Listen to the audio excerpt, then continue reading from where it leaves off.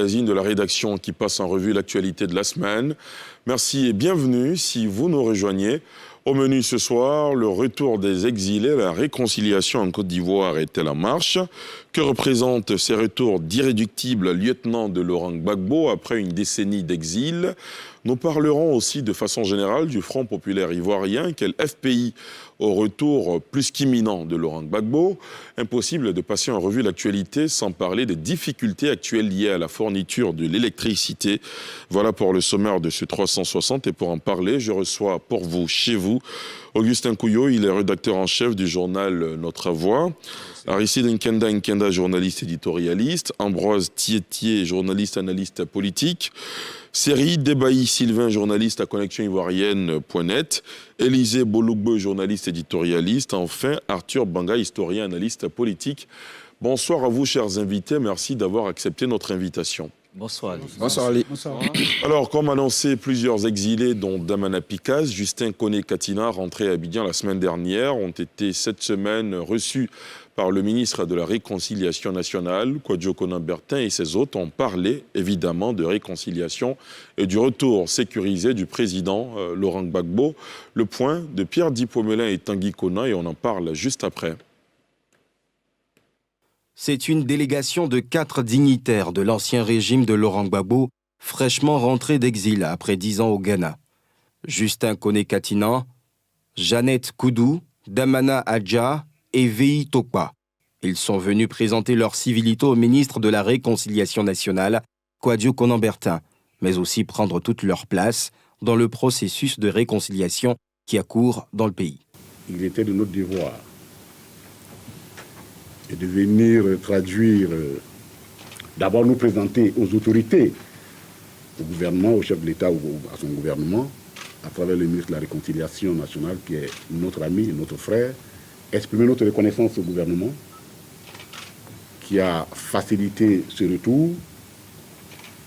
Il était bon que le monde entier sache que nous avons un devoir de gratitude que nous sommes venus exprimer, ce devoir de gratitude. Il est temps que nous puissions nous asseoir et parler, réfléchir pour la cohésion sociale et avancer. Au nombre des questions évoquées, le retour de l'ex-président Laurent Gbagbo après son acquittement par la CPI. Le ministre de la Réconciliation a indiqué que c'était juste une question de temps.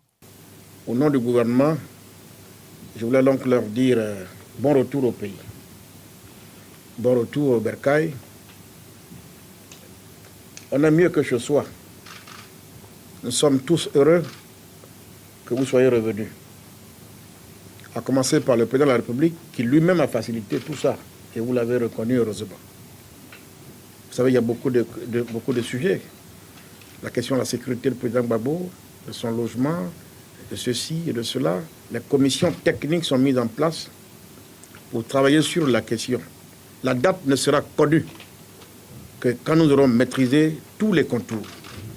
Ce retour-là, nous le souhaitons tous parce que notre rêve est que ce retour vienne consolider la paix sociale.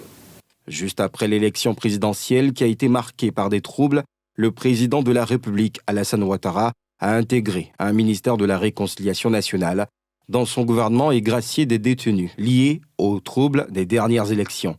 Un processus de décrispation qui s'est poursuivi avec le retour des proches de Laurent Gbagbo exilé au Ghana depuis 2011. Alors, monsieur, on a affaire à des irréductibles de l'ex-président ivoirien Laurent Gbagbo, Damana Dia, Picasse, Justin Koné-Katina, qui étaient exilés, entre autres, qui étaient exilés au Ghana, qui sont de retour au pays, quelques mois après l'acquittement définitif de l'ex-président Laurent Gbagbo, en prélude à son retour en Côte d'Ivoire. Comment vous analysez ce retour au pays pour ces ex-exilés? Arthur? Je pense que c'est déjà une très bonne chose. C'est une très belle image. C'est l'image d'une Côte d'Ivoire qui se réconcilie. L'image, elle est importante, elle est forte. C'est le premier symbole. Plutôt que de voir des Ivoiriens sortis, aller en exil, comme on l'a dit il y a 10 ans, qui était le symbole d'une fracture On est là dans le symbole d'une réconciliation, d'un rapprochement. C'est une très bonne chose, à mettre à l'actif d'abord du président de la République, heureusement. Ensuite, de tous les Ivoiriens qui se mobilisent, qui appellent de tout leur vœu cette réconciliation. Donc on ne peut que se réjouir de voir des Ivoiriens rentrer chez eux après une dizaine d'années. On espère maintenant que, comme on le dit en rugby, on va transformer l'essai, parce que c'est un premier pas intéressant. Mais le chantier de la réconciliation ne se limite pas qu'au retour des exilés. La cohésion sociale, d'ailleurs, l'objectif de cohésion sociale qui est beaucoup plus profond, parce qu'il faut intégrer certaines libertés, la tolérance, la maturité politique. On doit maintenant tous se mettre ensemble pour arriver à cette cohésion sociale. Je félicite le président de la République et le gouvernement pour cette initiative. Je félicite les exilés qui sont aussi revenus apparemment, par rapport au discours qu'on a entendu, dans un bel esprit, même si le lendemain, on a eu des choses un peu plus dures. Mais toujours est-il qu'on est dans le bon tempo. On le disait ici, après les élections, on avait le choix entre durcir nos positions, comme en 2000, et continuer à aller vers l'abîme, ou essayer de répandre la route du succès ensemble dans les différences. Et là, je pense qu'on a choisi la bonne option, l'option de l'apaisement, l'option de la fraternité, même dans la différence, l'option de la réconciliation. Espérons qu'on transforme l'essai par nos attitudes, par pousser le bouchon vers plus de démocratie, vers plus de liberté, vers plus d'implication qui vont permettre aux Ivoiriens de se retrouver clairement sur la même table et de discuter l'avenir de leur pays. Ambroise Tieté, selon Arthur Banga, c'est le bon tempo, c'est aussi votre point de vue? Tout à fait. La réconciliation, personne ne peut aller contre. On est tous d'accord qu'il faut qu'on se réconcilie après tout ce qu'on a connu en 2010-2011. La réconciliation, c'est un impératif, aujourd'hui on peut dire catégorique. Hein. Donc aucun Ivoirien, je pense, ne peut être contre la réconciliation. Voilà pourquoi il faut tous saluer, il faut qu'on salue tous le retour des exilés. Il y en a encore, mais j'espère qu'avec les irréductibles qui sont venus, Monsieur le ministre Katina et Damena Picasse, dont on connaît le rôle dans la crise qui est survenue en 2010-2011, je crois que c'est une bonne inflexion qu'il faut saluer. Et cependant, il y a une seule condition, que ceux qui rentrent s'inscrivent dans une logique d'apaisement et de pardon. Et cela, il faut qu'ils le comprennent eux-mêmes, déjà que leur entrée, leur retour doit aller de pair avec le bon ton, avec les bonnes manières, avec beaucoup de bonnes manières, beaucoup de choses. Donc aujourd'hui, on doit tous saluer cela et dire bravo, surtout saluer les bonnes dispositions du président Ouattara, certains, alors qu'il avait dit que le président Gbagbo et le ministre Blé Goudé pouvaient rentrer et s'ils le souhaitaient, beaucoup avaient estimé que ça ne suffisait pas. Mais moi, je reviens encore pour dire que c'est une bonne chose qu'il ait dit. Il faut saluer cela, il ne faut pas faire la fine bouche, dire qu'on n'a pas confiance et tout ça. Et je crois qu'il faut saisir la balle au bon, le prendre au mot et attendre la suite des événements. Donc voilà pourquoi je reviens encore là-dessus pour dire qu'il faut saluer vraiment le retour des exilés. Très bien. C'est une très bonne chose, hein. On doit tous le saluer. Augustin Couillot? Moi, je dirais que c'est une bonne chose, comme les autres l'ont déjà dit. Nous avons depuis 2011 milité pour que les Ivoiriens qui étaient partis reviennent. Et ceux qui viennent d'arriver, je ne dirais pas, comme vous, que ce sont des irréductibles, non. Je pense qu'ils attendaient certainement des assurances. Et maintenant, je pense qu'ils sont venus parce qu'ils sont convaincus que beaucoup de problèmes sont derrière Quand vous dites nous. assurance, vous faites allusion à quoi? Par exemple, qu'ils ne soient pas poursuivis en arrivant dans leur pays. Et donc, sur ça, et puis il y a la question du retour du président Laurent Gbagbo. Certains en avaient fait une condition de leur présence en Côte d'Ivoire. Donc, voilà les deux combinés.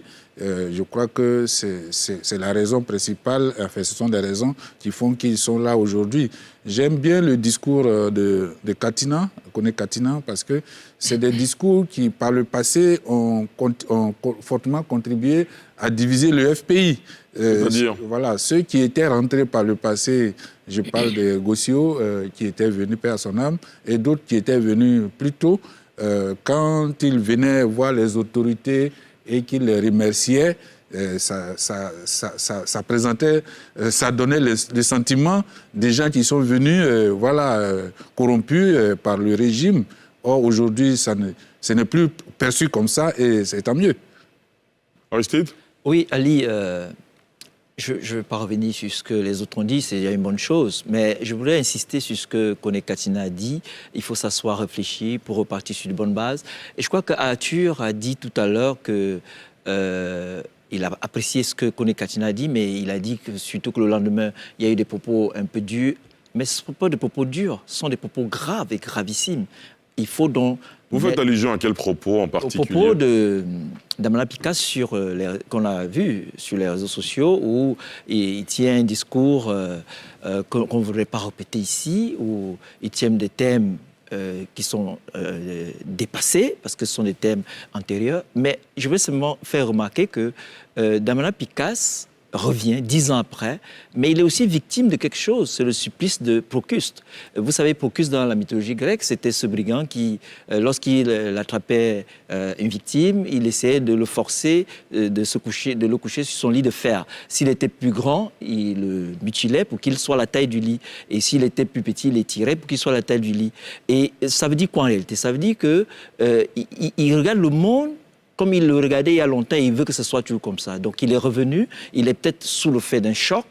Alors il tient des propos qu'on tenait avant, qu'on ne doit plus tenir aujourd'hui. Donc il faut lui dire, tu es revenu cher frère, mais il faut savoir que le monde a évolué, parce que même dans l'analyse politique, il y a ce qu'on appelle la diachronie, l'évolution dans le temps. Et aujourd'hui, nous sommes dans une autre disposition, c'est la réconciliation. Et il faut aussi que le président aille plus loin, en faisant en sorte que ces enfants qui reviennent, même si, et d'ailleurs, je crois que c'est pour ça qu'il a été convoqué, sur instruction du ministre, il a été reçu par le patron de la police, mais vous avez vu la démarche. Cette démarche, elle est importante, elle est didactique, parce que justement, on ne sait pas comment il a vécu là-bas, ça a été peut-être difficile pour lui, et ce sont nos enfants qui reviennent. C'est vrai que sur les réseaux sociaux, ça a choqué beaucoup de gens, mais nous sommes là pour lui dire, ne fais plus ça, et je crois qu'il s'est excusé, mais surtout, que ça ne se reproduise plus, parce que la Côte d'Ivoire d'aujourd'hui ne veut plus plonger dans ces dérives. Et les propos qu'il a tenus sont extrêmement graves. Je crois qu'il s'est excusé et il ne faut plus que ça se répète. Sylvain? Oui, ce que je voudrais dire à la suite de mes confrères, c'est qu'ils ont déjà dit, ce retour est une bonne chose. Je le répète aussi, mais c'est surtout qu'il faut dire que ce n'est pas peut-être la première fois que des opposants exilés reviennent au pays. Je crois que la première vague, c'était déjà en 2012. La crise est intervenue en 2011.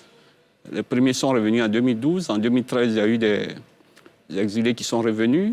Ça a continué. Mais ce retour de Pikas et de Kone Katina a quand même valeur de symbole. À valeur de symbole, en ce sens que nous avons tous suivi ici ce que M. Katina a subi, lui, au Ghana. Il était, en tout cas, l'exilé le plus traqué entre le Ghana et l'Afrique du Sud. On a vu un peu, comme à un moment donné, je crois, ça devait être en 2012 et 2014, comment certains s'étaient réjouis ici de ce que comment on appelle, Kone Katina a été intercepté et que son rapatriement était imminent, etc. Mais bon, finalement, cela s'est avéré faux par la suite. Donc, son retour à valeur de symbole, c'est le symbole de l'apaisement, le symbole d'un retour à la normale, parce que vers la fin, il faut normaliser les relations politiques entre le pouvoir et l'opposition. Mais ce que je voudrais surtout relever, c'est quand même cette... comment dirais-je, l'intervention du ministre Kakabe. Kakabe, bon, quand on l'a nommé, on n'a pas vendu cher la peau de Kakabe, mais en ce moment, il fait quand même un grand travail.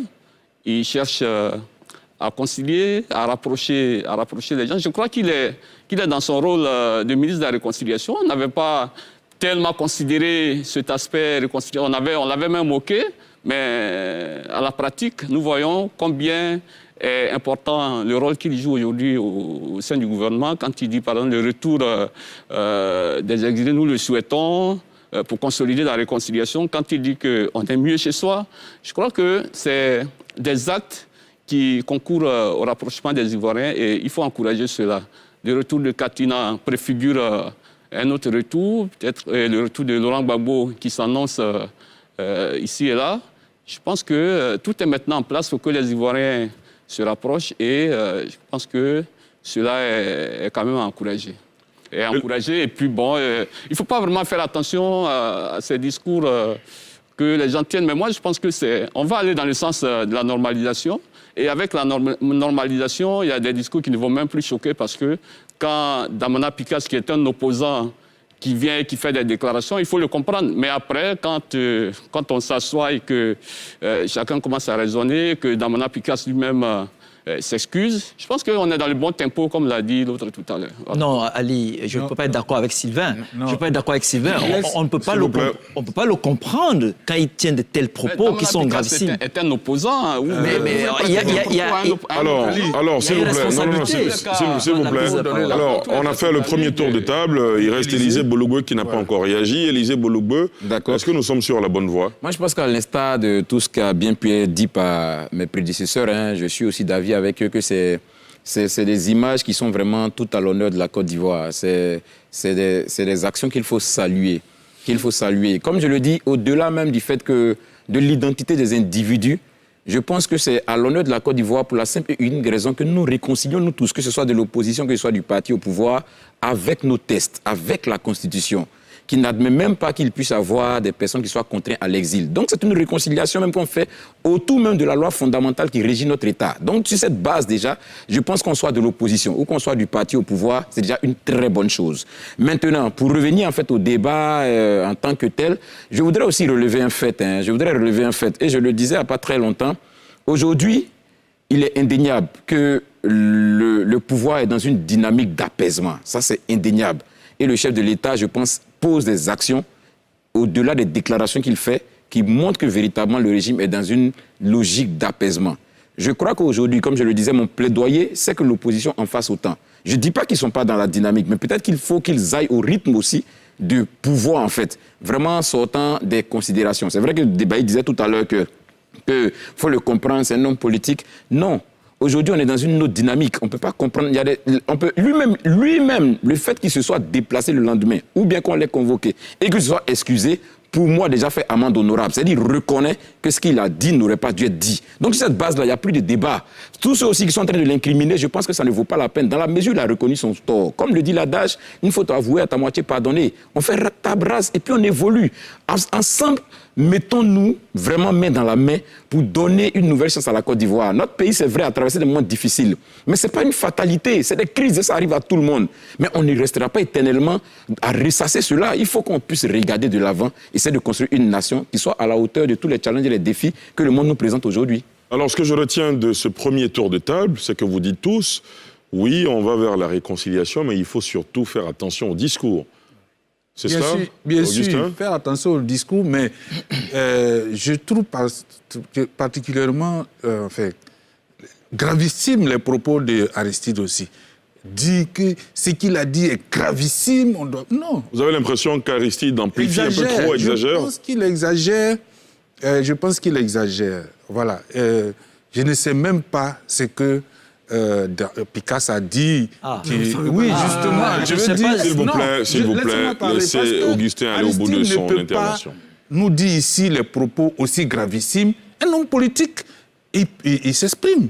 Il s'exprime. Il a parlé, en tout cas, ce dont je suis. Il a parlé des élections de 2010. Il a dit que c'est Laurent Gbagbo qui l'a gagné. Voilà. Il a dit des choses qui sont sûres de tout le monde ici. Voilà. Je ne sais pas quel autre. Voilà. Comment vous dites qu'ils sont sûrs Oui, des choses que nous. Non, je veux dire que des discours qui sont tenus régulièrement sur la place publique. Des discours qui sont régulièrement tenus sur la place publique. Maintenant, on parle de discours, disons, xénophobes. Mais il peut y avoir des xénophobes dans un pays. Il peut y avoir des xénophobes. En France, il y a des xénophobes. En Hollande, il y en a. Mais on ne leur interdit pas la parole. Donc, j'estime que c'est vrai, il vient d'arriver. on voudrait que tous les discours soient policés, tout ça, mais chacun a ses opinions. Et donc, j'estime que nous aussi, nous n'avons pas le droit d'exagérer tout pour créer une atmosphère d'insurrection, non. D'accord. Voilà. Ambroise? Il y a le dramaturge anglais William Shakespeare qui a dit « Aux mots les pires, il faut opposer les mots les pires. Aux mots AUX, au TS. » Donc quand lui, il minimise ce que Damana Picard, je ne suis pas d'accord avec lui. Je suis pas avec le confrère. Ce qu'il a dit est grave. Je rejoins le confrère. Aristide vous dire ce qu'il a dit est grave. Il dit qu'aujourd'hui, en 2021, que c'est M. Laurent Gbagbo qui a gagné l'élection, on sait où ça nous a menés. Laisser quelqu'un encore revenir encore sur ça, et tu trouves que c'est normal, que c'est ce que les gens disent, que c'est su. Je trouve que ce que tu dis aussi est grave. Hein? Tu rejoins M. Damana Picasse dans l'outrance, parce que je trouve que c'est... En quoi c'est outrancier? S'il vous plaît. C'est outrancier. Mais oui. Vous avez fini, Ambroise? Ça fait partie du débat. J'ai pas fini. Terminé. Voilà, donc il faut que les mots précèdent les actes. Donc quand quelqu'un dit un mot qui n'est pas bien placé, il faut le rappeler à l'ordre. Donc j'estime que M. Damana Picasse, il est sorti de son rôle d'opposant en disant, en nous ramenant dans la crise, parce que là, il nous ramène dans la crise, quand il tient des propos de ce genre. Parce qu'on sait aujourd'hui le terme d'étranger, c'est un mot qui est comment dirais-je, c'est un mot qui est mal connoté en Côte d'Ivoire. Hein, c'est un mot inflammable, si je puis dire. Donc quand quelqu'un sort, parce que le discours qu'il a tenu, c'est de dire, en substance, qu'on a accueilli des étrangers qui nous ont attaqués. On a accueilli des étrangers. Picasse ne reconnaît même pas ses propos. Hein. Comment il ne les reconnaît pas? Non, c'est des bandes d'audio. C'est des bandes d'audio. Il a dit que des propos lui ont été prêtés. C'est des bandes d'audio. Il y a une part des propos qu'il ne reconnaît pas. C'est des bandes d'audio. Ce débat-là ne peut pas constituer l'essence. Très bien.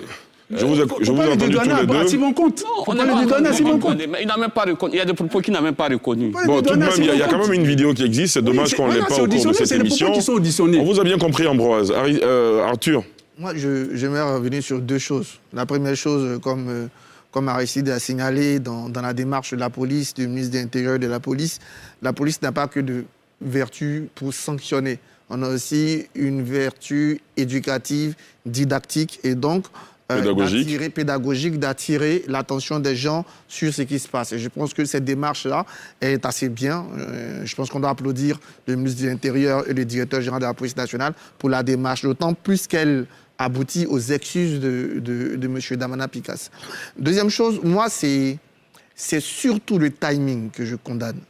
On ne peut pas revenir après 10 années d'exil et dès sa première sortie, manquer un peu d'humilité. Voilà, manquer un peu. La tendance doit être à la réconciliation, à mon avis. Qui tiennent ses propos, certains de ses propos. Je n'ai pas entendu les propos sur la question des étrangers, mais tel que transcrit, c'est grave s'il les a dit. En revanche, ses propos sur... je ne pense pas que Laurent Gbagbo ait gagné les élections, mais ça, c'est des propos qu'on va entendre toute notre vie. En Côte d'Ivoire, il y a des gens qui ont l'intime conviction que Laurent Gbagbo a gagné les élections de 2010. Moi, je n'ai pas cette conviction. Moi, il les a perdus. Ça, c'est ma conviction. Il y a certains qui pensent qu'il les a gagnés. Vous n'allez pas leur retirer ça de la bouche. Et ce n'est pas en cassant le thermomètre qu'on fait baisser la température. Il faut vous dire, dans notre démarche, que certains vont toujours répéter ça en Côte d'Ivoire, puisque c'est rentré dans leur mémoire. En fait, chaque groupe, c'est ce que les historiens appellent la mémoire et les mémoires. Chaque groupe se constitue une mémoire de sortie de crise par rapport à une guerre. La Seconde Guerre mondiale en France n'est pas vécue de la même façon par les communistes que par les résistants, que par les collabos. Donc, en Côte d'Ivoire, sont sûrs d'une chose. On va faire tout ce qu'on veut. Il y a des gens qui ont l'intime conviction que Laurent Gbagbo n'a pas perdu les élections. Ils vont nous le dire toutes ces fois. Et si on veut s'accrocher à ça pour bloquer la réconciliation, en ce moment, on se trompe. Voilà. Pour moi, ça va faire partie du débat. Ceux qui auront envie de discuter, discuteront. Ceux qui voudront amener des éléments contraires, l'amèneront. Ceux qui voudront parler d'autres choses, ils parleront. Pour moi, c'est normal dans le débat politique qu'on ait ce discours. Après, le reste, si ce que j'ai lu est vrai sur des étrangers qui nous ont attaqués, ça c'est absolument, je le condamne sur toute la ligne. J'aimerais dire, et c'est ce que je disais, il faut transformer l'essai. Quand on est un homme politique, on a aussi de la responsabilité. On ne dit pas tout ce qu'on pense à un moment donné. Parce que ce qu'on peut dire aujourd'hui peut avoir des impacts ou des conséquences graves. C'est peut-être en cela qu'on doit réfléchir au thème qu'on va choisir. Deuxième chose, la réconciliation ne doit pas être la place à la pensée unique. Ça, je suis totalement contre ça. Ce n'est pas parce qu'on doit se réconcilier, ce n'est pas parce qu'on doit construire une nation qu'on doit avoir une pensée unique. Au contraire, on tue la nation. Donc, cette réconciliation, pour être vraie, doit s'accompagner d'un débat et surtout des cadres qui vont accompagner ce débat. Je pense que le gouvernement est dans cet esprit-là, est dans l'esprit de garantir la démocratie. Faut-il encourager les dérapages? C'est ça, non, je condamne les dérapages, je l'ai dit. Si la partie sur les étrangers est dite, je la condamne. Mais je dis qu'aujourd'hui, si on doit mettre en prison tous ceux qui disent que Laurent Gbagbo a gagné les élections de 2010, on n'aura même pas de place en prison. Ali. Parce qu'il y a des gens qui ont cette conviction-là. Très bien. Il faut pouvoir tenir compte dans notre façon. Très bien, oui, Il m'a Aristide. interpellé. Alors, je voulais dire au grand frère Augustin Kyo que, avant qu'on ne commence cette émission, il a reconnu qu'il n'a pas vu la vidéo. Moi, j'ai regardé la vidéo. J'ai regardé la partie où il parle des étrangers. Moi, je ne parle pas de si Gbagbo a gagné ou pas. Ce n'est pas de ça qu'il parle. Je parle de la mauvaise, l'incapacité de la gestion, la question de l'altérité de l'autre. Et nous sommes dans la semaine de la liberté de la presse. Et vous savez bien que lorsqu'un médecin se trompe, il tue un patient. Mais lorsqu'un homme d'opinion, un journaliste se trompe, quelqu'un qui prend la parole publique se trompe, il tue tout un peuple. Exemple, le Rwanda. Donc, quand tu reviens, et comme a dit Arthur, et que nous sommes dans un processus de réconciliation, et que vous avez négocié votre retour, et que vous venez pour réintégrer la famille, pour construire cette Côte d'Ivoire, pour faire de la Côte d'Ivoire le phare qui va éclairer le monde, vous ne pouvez pas tenir des propos en disant « nous avons accueilli des étrangers et ces étrangers nous ont attaqués ». Mais en réalité, Ali, je dis ça chaque jour. Moi, je viens du Cameroun, mais je ne souffre pas de la xénophobie en Côte d'Ivoire. Le problème qu'on a en Côte d'Ivoire, c'est qu'il y a ceux qui veulent stratifier les Ivoiriens. Ils ont toujours fait. Ils ont toujours voulu montrer qu'il y en a des Ivoiriens qui sont des étrangers. Et ça, il faut avoir le courage de le dire. Il faut que ça s'arrête à un moment donné. Vous êtes des frères et des sœurs. Quand vous nous accueillez dans ce pays, vous nous traitez avec beaucoup d'honneur, avec beaucoup d'égards. Et vous nous permettez de réussir. Mais pourquoi entre vous, vous pouvez être en train de vous diviser, en train de vous battre tout le temps, alors que vous êtes un pays prospère, vous êtes un pays exemplaire en Afrique? Notre rôle, nous qui sommes accueillis en Côte d'Ivoire, c'est de vous dire, mettez bas la terre, vous êtes la même famille, construisez votre pays, allons de l'avant, et faites encore profiter à la Côte d'Ivoire de nombreux Africains. Et c'est ça que je dis. Moi, je ne peux pas venir en Côte d'Ivoire et trier les Ivoiriens. Et je ne peux pas aussi laisser qu'un Ivoirien qui est mon frère tienne de tels propos. Je sais qu'il a souffert de l'exil. Mais quand il revient, il faut que nous aussi, on ait la capacité de lui dire « Voilà, ce que tu dis n'est pas bon, mais ce n'est pas le rejeter. On n'a pas le droit de rejeter Damala Picasse. On a le droit de l'encadrer, de lui donner la possibilité de se réintégrer. Et c'est ça que nous parlons. » Très bien. Augustin, vous voulez réagir? Oui, je voudrais demander, est-ce qu'il parle de quoi, Aristide? Enfin, tu dis qu'il a parlé d'étrangers. Bon, je te le concède. Mais est-ce qu'il a identifié des gens, des Ivoiriens qu'il a appelés des étrangers? C'est ça le... C'est ça qu'Aristide essaie de dire, voilà, c'est peut-être que la question même sur la nationalité, c'est des questions très sensibles qui peuvent réveiller de vieux démons. C'est peut-être ce qu'il veut dire. Je sais. Mais je veux aussi dire à Aristide qu'il faut aussi faire en sorte de ne pas trop manipuler ces questions. Voilà. Parce qu'il a tenu des propos que, d'après Debailly, qu'il ne reconnaît même pas. À partir de ce moment, il ne faut pas venir s'asseoir sur un plateau pour dire qu'il a tenu des propos gravissimes. Parce que c'est ça aussi qui est le problème en Côte d'Ivoire. Qu'on prend parfois des petits bouts de phrases pour en faire tout un débat national.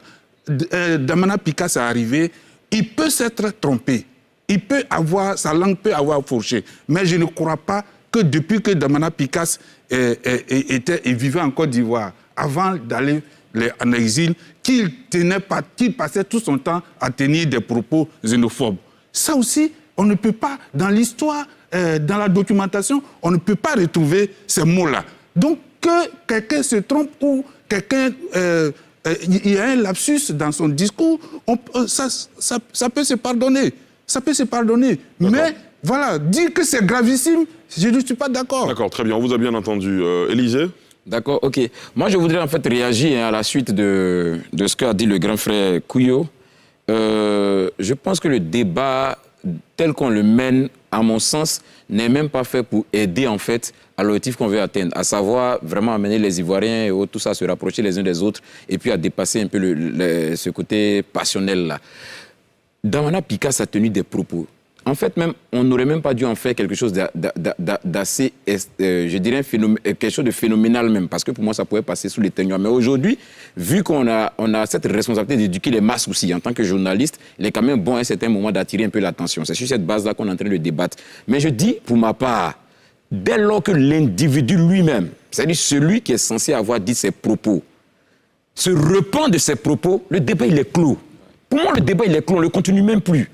S'il poursuivait dans sa logique, on pouvait dire, OK, je crois qu'il n'a pas compris, ou bien qu'il tente d'aller à la défiance. Mais dès l'instant que l'individu lui-même décide, ou du moins s'excuse pour ses propos qu'il a tenus, et décide d'adopter notre attitude, parce qu'après, quand on rencontre le ministre Kakabe, tu vois, Katina qui prend la parole, c'est au nom de tout le collectif, mais on voit la direction qu'il emprunte. On voit même la reconnaissance des autorités en place, la gratitude exprimée à toutes ces autorités. Je veux que ce soit plus ces images-là que nous mettions en avant, plutôt que des éléments qui, pour moi, en réalité, n'eût été vraiment le côté, je dirais, le côté buzz même des réseaux sociaux, tout ça serait passé peut-être sous les teignoirs. Nous, on n'a pas cette responsabilité-là d'en faire un large écho au point encore de susciter des ressentiments de part et d'autre. Voici vraiment ce que je pense. Donc ce débat, à mon avis, on doit pouvoir vraiment le clôturer dès l'instant que l'individu lui-même le concerné s'est excusé. Le débat, il est clos. On passe à une autre étape. Voilà ce que je voudrais dire. Très bien. Sylvain? Oui, je suis d'accord avec Élisée. Et en même temps, je dis qu'il faut sortir de certains complexes qui nous ont amenés, 10 ans en arrière, aux différentes crises que nous avons connues. Vous faites allusion à quoi? Oh non, je vais dire les termes étrangers et tout ça, à quoi ça ramène. Bah, à mon avis, dans tout pays, il y aura toujours des étrangers et il y aura toujours des nationaux.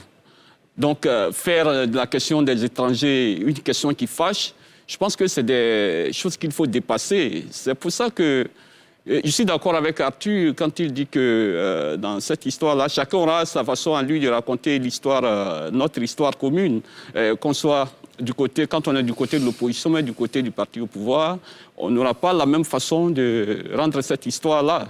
Mais dans tous les cas, je pense que nous sommes tous des Ivoiriens, nous avons un destin commun.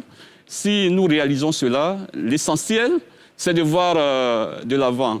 Et je réitère encore le propos d'Élisée qui a dit que dès lors que Damana Picasse s'est excusé, ce n'est vraiment plus là l'essentiel du débat. L'essentiel du débat est ailleurs. C'est-à-dire comment on fait pour regarder désormais dans la bonne direction. Et je crois que depuis lors, son discours a changé parce qu'après, il est allé à Nyama où il a appelé, il a tenu un bon discours appelant à la réconciliation des Ivoiriens. Voilà. C'est ce que nous voulons. C'est ce que nous voulons. Et je ne pense pas que Damana Picasse soit un homme incorrigible parce qu'il a été quand même...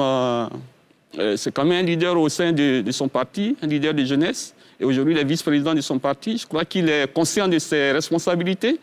Et je pense qu'il sait, il saura comment dire les choses pour qu'on ne jette plus de l'huile sur le feu. Très bien. Qu'il faut regarder vraiment de Très bien. Alors, à vous entendre, messieurs, on réalise bien, pas seulement vous, hein, à entendre beaucoup d'observateurs et la vie en Côte d'Ivoire en l'observant depuis plusieurs années, depuis quelques décennies maintenant, on réalise bien que la question de la nationalité doit faire débat, continue d'animer l'actualité. Est-ce qu'il ne faut pas justement poser les choses sur la table et faire ce débat dans toutes les profondeurs qu'il faut afin de lever tout ce qu'il y a eu comme contentieux par le passé, parce que ça peut susciter aussi des interprétations qui n'arrangent pas certains qu'ils soient dans une telle position. Arthur, c'est un débat qui sera perpétuel. Bien sûr. C'est un débat qui, même si on finit, les règles qu'on va arrêter aujourd'hui, elles ne seront pas les mêmes règles dans 10 ans. Regardez, aujourd'hui, on peut avoir une démarche qui est différente. Je prends un exemple. Un pays en pleine croissance, qui a besoin de main-d'œuvre, n'a pas la même politique d'immigration qu'un pays en crise. Donc la position des Ivoiriens, ou même qu'on aura dans le débat politique sur les étrangers, dans des phases de croissance, ne sera pas la même que dans des phases de crise. La construction de l'intégration africaine, elle va nous ramener à la question des étrangers. Parce qu'aujourd'hui, la CEDEAO parle de citoyens de la CEDEAO. Un citoyen, c'est dit quoi? Il faut trouver une façon pour qu'on ait une citoyenneté ouest-africaine, pour que tous les ouest-africains puissent s'exprimer. Moi, par exemple, je suis pour que les étrangers participent aux élections locales. Voilà, ça c'est mon exemple. Mais c'est une question qui va avec la question de l'État. On doit se décomplexer. Pour se décomplexer, il y a deux choses.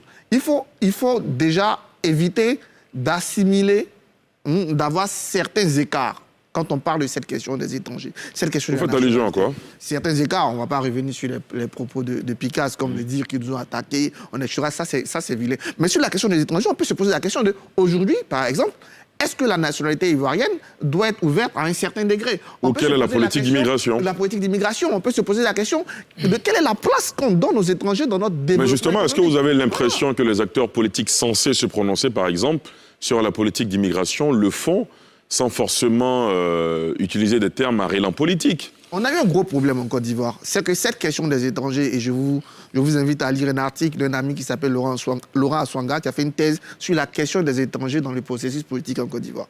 Donc, si vous pouvez passer au département d'histoire pour la lire, ce serait très bien. Le gros problème qu'on a eu en Côte d'Ivoire, c'est que cette question des étrangers a été toujours analysée sous le prisme de la question politique. C'est ça le problème. En 1960, Et c'est un danger. la première crise qu'on a, d'ailleurs, c'est la seule loi que le Parlement rejette. C'est quand Houphouët-Boigny propose d'élargir la nationalité. Pourquoi? Parce qu'en ce moment, c'est déjà ces questions-là qui se posent. La deuxième fois où la question des étrangers revient, elle a lié au code électoral, à la question de l'ivoirité. On n'a jamais de débat sain sur les étrangers. Malheureusement, ça ne nous permet pas d'avoir une lecture lucide sur une question qui est importante. Qui doit susciter ce débat? Nous tous, on est en train de le faire, c'est très bien ce que nous faisons, mais on a parlé, je vais terminer là-dessus. La politique aussi. On a parlé de la pauvreté du débat politique en Côte d'Ivoire. Et ça fait partie de cette pauvreté du débat politique. Parce qu'on n'analyse jamais les questions comme on doit les analyser. On est toujours sur des prismes particuliers, biaisés, partisans, biaisés, c'est essentiel de parler des étrangers, de leur intégration, de leur assimilation, de leur place dans notre nation, encore que notre nation se construit aussi grâce à eux. Donc, c'est toute une place et je pense qu'il y a de la lecture, il y a des livres, des réflexions assez posées sur cette question. Je ne veux pas monopoliser la parole là-dessus. Bien sûr. Élisée? Ok. Moi, je pense que la question de la nationalité est une question délicate, alors qu'en réalité, elle ne devrait pas. Mais vu que, comme le disait Arthur, la question aujourd'hui est vue dès qu'elle est évoquée sous le prisme politique, parce que c'est les politiques, ça, on n'a pas besoin d'avoir la langue de bois qui ont exacerbé la question de la nationalité. C'est les politiques qui l'ont exacerbé, ce n'est pas les citoyens. Et ils ont réussi pour la simple et unique raison qu'ils ont en face d'une masse manipulable. C'est une réalité.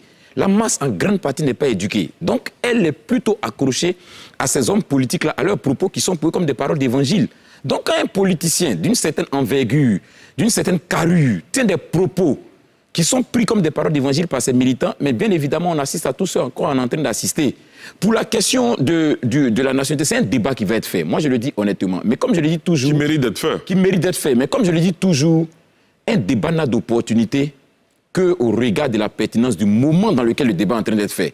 Aujourd'hui, nous sommes en train de tenter de remonter la pente après une situation qui a été difficile.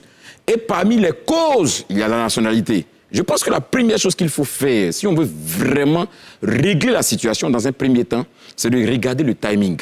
Aujourd'hui, je pense qu'il est important d'avancer plutôt des propos qui vont dans le sens de la cohésion. Les uns et les autres, on va penser les plaies, on va les asseoir, de sorte que vraiment tout le monde soit dans une certaine sérénité et on aborde les questions qui jadis avaient fâché. Parce que là, on pense maintenant qu'on a un environnement propice, un environnement qui s'y est. C'est comme quelqu'un qui est en train de faire une réunion de famille et puis un incendie éclate. Mais vous n'allez pas déplacer la réunion de famille dehors et puis la maison est en train de brûler. La première chose que vous allez vouloir faire, c'est d'éteindre l'incendie déjà, parce que la réunion, on peut la faire à tout moment. Mais la plus importante des choses, c'est de préserver ce patrimoine qu'on a en commun, qui est la maison. Donc aujourd'hui, ce qui est essentiel pour moi, ça je le dis honnêtement, c'est pas que ce ne soit pas des débats, c'est des débats capitaux, des débats importants. Mais le niveau ou l'environnement, pour moi aujourd'hui, ne nous permettrait pas d'avoir des débats sains, d'avoir des débats sereins, parce que déjà les uns et les autres sont sous influence d'une manipulation politique. Aristide? Ali, pour une fois, je ne vais pas être d'accord avec Élisée, parce qu'il dit de passer peut-être sous silence certains aspects, parce que ça risque d'envenimer la situation. Ali, on fait acte de leadership lorsqu'on ne fuit pas, lorsqu'on ne lutte pas, lorsqu'on ne va pas à l'inhibition. Quand vous avez une situation difficile, il faut toujours réfléchir à trouver la solution. C'est quand vous avez la solution que vous en sortez. Le débat sur la nationalité, il faut le poser, ce débat. C'est quoi être national de ce pays? On explique et on explique aux masses. Ali, quand je pose le problème de la difficulté, de la dissonance cognitive que renvoient les propos d'un leader politique, c'est parce que dans ce pays, à une époque, on a stratifié les Ivoiriens. Parce qu'on avait dit qu'il y avait des Ivoiriens de circonstances. Et quand on commence à dire qu'il y a des Ivoiriens de circonstances, ça veut dire qu'on pense qu'il y a de vrais et de faux Ivoiriens. C'est ça le vrai problème. C'est ça le problème qu'il faut débattre.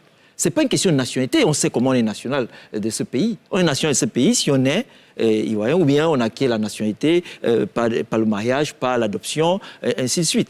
Ça, ce n'est pas le véritable problème. Mais le véritable problème, c'est lorsque, et je l'ai dit, tu n'étais pas d'accord avec moi, les travaux de Charles Darwin le montrent dans l'évolution de l'homme. Et ça a été repris par le père de la géopolitique allemande, qui est Ratzel, où il dit le chien et le loup sont de races différentes, mais tant que personne ne dit que l'un est supérieur à l'autre, il n'y a pas de problème. Ils évoluent dans la société correctement. Donc le problème de la nationalité ici n'est pas un problème inextricable, n'est pas un problème qu'on ne peut pas surmonter. C'est simplement que du moment où il y en a qui pensent qu'ils sont plus que les autres, à partir du moment où ça pose un problème. Mais Aristide...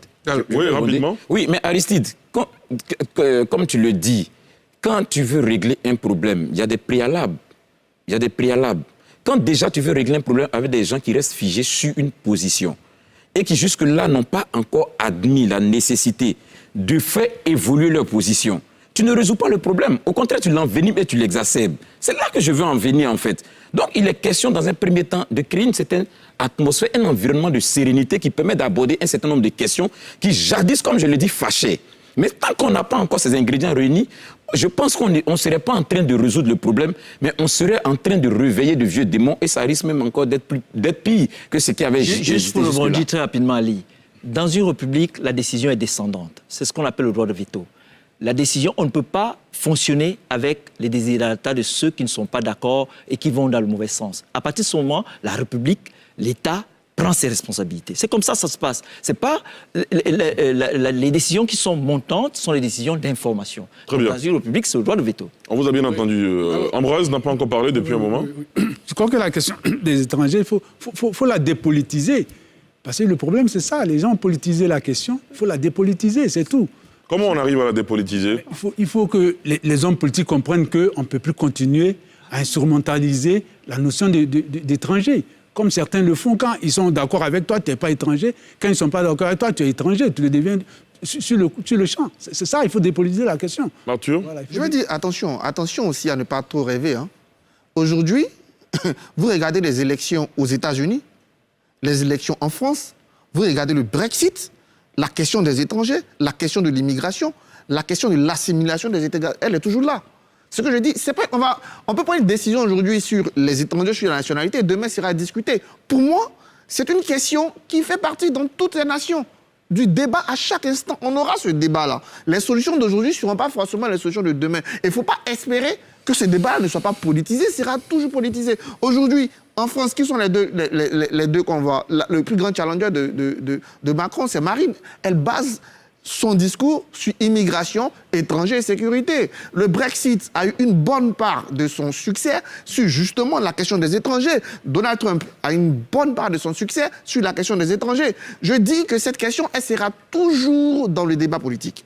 Et en fonction de l'environnement, les choses peuvent changer, peuvent évoluer. Parce que on n'aborde pas la question des étrangers quand on est en plein succès économique, comme lorsqu'on est en crise économique. Donc, il ne faut pas rêver. On aura toujours ce débat.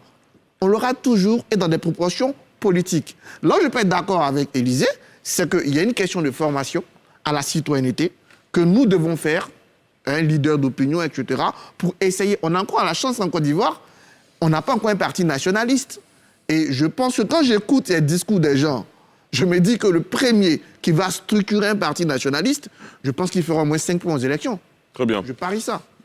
Augustin? Alors moi, je pense que le débat doit avoir lieu à l'initiative de ceux qui dirigent le pays. c'est clair. Parce que tant que le débat n'est pas, l'initiative n'est pas prise par une autorité, par les décideurs, ça ne peut pas aboutir à quelque chose. Je me souviens qu'en 2013, quand il est sorti de prison, M. Afi a proposé les EGR, les États généraux de la République. C'était pour lui, à son sens, c'était pour poser un certain nombre de questions qui sont supposées être les sources des crises répétitives que la Côte d'Ivoire connaît, dont la question du rapport avec les Ivoiriens, entre les Ivoiriens et les étrangers. Il faut savoir que la Côte d'Ivoire est un pays particulier dans la sous-région, dans la mesure où elle a connu une forte émigration. Et elle continue de connaître. Et certains ont dit que c'est le succès économique de la Côte d'Ivoire qui a entraîné ce fort taux d'immigration qui est proche de 30%, en tout cas officiellement. Donc, à partir de ce moment, du moment où un pays comme ça connaît des difficultés économiques, et ces difficultés économiques ont commencé à apparaître à partir de 1980, la fin, disons, pratiquement du miracle économique ivoirien. Et les Ivoiriens, certains ont commencé à regarder autour d'eux, qui occupe telle parcelle de terrain, et voilà, qui est telle autre parcelle de terrain. On dit qu'en 1960, la Côte d'Ivoire avait plus de 16 millions disons, des tas de forêts. Aujourd'hui, je ne sais même pas s'il en reste 3 millions. Autour de 2-3 millions. Voilà. Oui. Donc, voyez-vous, ça pose effectivement des problèmes, mais il faut que ceux qui ont la gestion de l'État prennent l'initiative d'un débat ouvert, parce qu'on ne peut pas empêcher, c'est des opinions parfois, on ne peut pas empêcher quelqu'un de penser que tel est Ivoirien des circonstances, mais ce n'est pas sa voix qui compte. Sa voix ne compte pas forcément, parce qu'il y a beaucoup de gens qui peuvent le penser, et il peut utiliser cela comme élément de sa politique. Très bien. Oui, ça veut dire que pour lui, par exemple, s'il devient président, soit il va mettre fin aux naturalisations, il va estimer que la Côte d'Ivoire va sortir par exemple de la CEDEAO. Voilà, il y a des gens qui peuvent avoir ces idées et prospérer sur le terrain politique. Bien sûr. Voilà. Donc, alors, tout à l'heure, nous allons marquer une petite pause, mais avant, j'aimerais, à l'endroit de Arthur Banga, il y a l'un de nos téléspectateurs, un de nos internautes qui dit « Marine Le Pen, puisque vous avez fait allusion tout à l'heure à elle, Marine Le Pen base sa politique sur l'immigration, mais elle ne traite pas les Français naturalisés d'étrangers. C'est ça la différence entre elle et son père. En Côte d'Ivoire, c'est tout le contraire. On va faire le débat tout à l'heure. Ce sera juste après cette petite pause.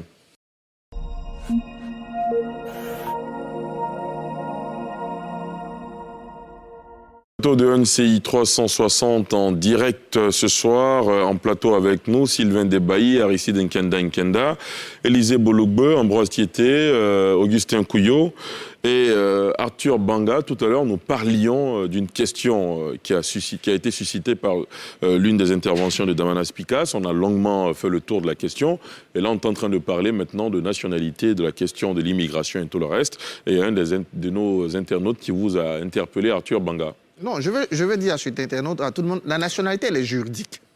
À partir du moment où un État m'octroie sa nationalité, c'est fini. Tu peux penser X, Y, ça ne m'enlève pas.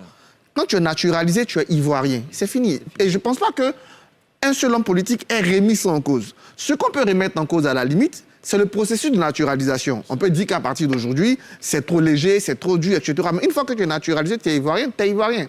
Voilà. Maintenant, certains peuvent penser ou analyser ce qu'ils veulent, peuvent se sentir, se dire par exemple que lui, il est naturalisé burkinabé, donc il aura un autre pays en cas de repas. C'est la pensée des gens. Mais moi, par exemple, quand je vais au Mali, je vais au Burkina, d'ailleurs, il faut qu'on salue les téléspectateurs dans ces pays-là qui nous suivent. Et je suis tellement fier d'être ivoirien. Vous ne pouvez pas comprendre quand vous rentrez dans Ouaga, vous rentrez au sous-bois à Bamako et que vous sentez des gens qui vous disent « mais je suis malien, mais la Côte d'Ivoire, c'est mon pays ». Ouais, donc, ce gars-là, il peut ne pas avoir la nationalité, il peut avoir un sentiment que certains ont baptisé d'ivoirité, mais qui n'est pas juridique. Voilà, il y a ça, mais la nationalité, c'est juridique. Une fois que je l'ai, c'est fini. On ne peut rien faire. Voilà, et donc ça ne touche pas au débat politique. Le débat politique sur cette question, ça peut être, par exemple, comment on naturalise Voilà. Mais une fois que tu es naturalisé, la question ne se pose même plus. Tu es ivoirien. Ali. Aristide? Oui, Ali, et ça, je suis d'accord avec Arthur. Et c'est ça le nœud de ce débat. Moi, tu me dis que je suis étranger, tu ne m'as pas insulté. C'est ça le problème. L'étranger connaît sa place. Tu me dis que je suis étranger, c'est vrai, je suis étranger. Tu ne m'as pas insulté. Mais le problème, c'est que je le dis, et c'est ce qui est important de le dire, moi, je le dis en tant qu'observateur, je vis ici depuis des années, il ne faut justement pas qu'on revienne sur les vieux démons qui font qu'il y en a qui essaient de dire aux autres qui ne sont pas suffisamment ivoiriens. Et à partir de ce moment, vous créez des problèmes qui ne vous amènent pas loin. Il faut qu'on évite ça, qu'on crée un cadre. La nationalité, tu viens de l'expliquer, c'est une relation juridique entre un individu et un pays. Ça s'arrête là. On explique aux masses, comme a dit Élysée. Il faut former les masses. On le dit chaque jour, Arthur et moi. Il faut former les masses, expliquer aux gens qu'on est ivoirien, qu'on a la nationalité ivoirienne. Ça s'arrête là. Donc, il faut éviter que certains, qu'on crée des complexes aux gens en leur faisant croire qu'ils ne sont pas suffisamment ivoiriens. Ou bien même suffisamment camerounais, suffisamment maliens, suffisamment... Voilà, c'est là le véritable problème. À partir de ce moment, on passe à autre chose. Et on crée des conditions pour développer le pays. Sylvain? Oui, je voudrais dire que sur cette question de la nationalité, le débat même n'a jamais eu lieu véritablement en Côte d'Ivoire. Quand bien même qu'on sait que c'est l'une des questions qui a troublé cette nation-là ces 10 dernières années. La question de la nationalité, qu'est-ce qu'on en fait? Pas seulement ces 10 dernières années. Hein. Depuis bien longtemps. Hein. Depuis au moins 3 décennies. C'est ça, 30 ans en arrière. Oui, c'est clair. Vous voyez, mais le débat n'a jamais été fait véritablement. Chaque fois, et c'est justement à l'occasion des élections qu'on devait faire ce débat. Mais les élections ont toujours été, ces débats ont toujours été occultés. C'est souvent les questions de cette année, en 2020, c'est la question du 3e mandat qui a plutôt pris le dessus. Ceux même qui étaient les candidats opposés, on n'a jamais vu, on les a jamais vus exposés sur la question de la nationalité. Ou encore de l'immigration. Finalement, ça devient une question, ça devient une plaie. Chaque fois qu'on la touche, ça éclabousse certaines personnes. Mais je me dis que c'est une question qui ne devait pas complexer. Si elle était bien abordée. Ici, on en parle parce que Damana Pikas a essayé de toucher cette plaie-là. Mais je rappelle que quand Pulcherik Balé, une autre qui avait été condamnée pendant la contestation du 3e mandat, quand elle est sortie de prison, mais elle a dit pratiquement la même chose, mais dans un autre langage. Elle a même dit, déclaré que la question de l'immigration devait être traitée, devait faire partie des sujets que nos politiques devaient maintenant aborder. Mais je pense qu'à chaque fois qu'on va remettre cette question à plus tard, elle nous rattrapera toujours. Donc il faut quelque part trouver un moment pour poser sereinement cette question sur la table des discussions. Et j'ai foi que dans la phase de la réconciliation, dans la phase des discussions qui vont avoir lieu bientôt, cette question-là va être mise sur la table des discussions et puis trouver une solution définitive. Très bien.